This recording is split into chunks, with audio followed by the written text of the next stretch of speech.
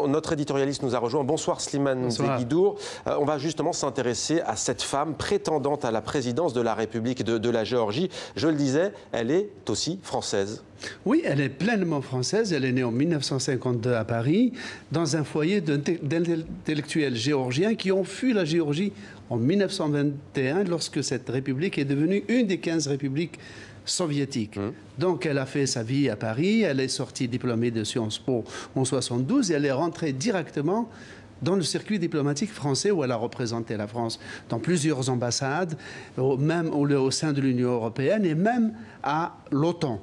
Ce qui veut dire qu'elle était vraiment une diplomate chevronnée, ce qui lui a valu d'être nommée ambassadrice extraordinaire et plénipotentiaire en Géorgie en 2003. Et c'est là que sa carrière va connaître un tournant majeur et même son destin.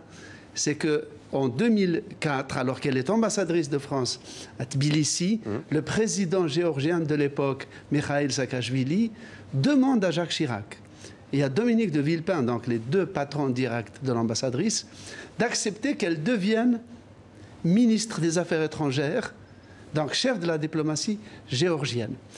Jacques Chirac et Dominique de Villepin acceptent et ils y voient un gage de coopération fructueuse entre deux États.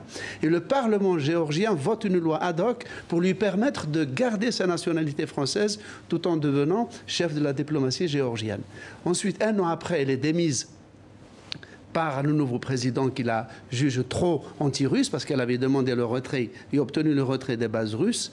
Et puis après, elle est revenue à Sciences Politiques à Paris. Elle a créé un parti qui n'a pas marché. Et maintenant, elle a décidé de se jeter dans la bataille électorale où, selon les premiers indices, elle aurait de très fortes chances de devenir présidente de la République, du pays de ses ancêtres. Petit détail, en 2017, elle avait joint sa voix à celle de 60 diplomates français pour apporter son soutien à Emmanuel Macron. Voilà pour ce décryptage. Merci Slimane. Salomé Zourabichvili, donc en tête selon les premiers sondages sortis des urnes.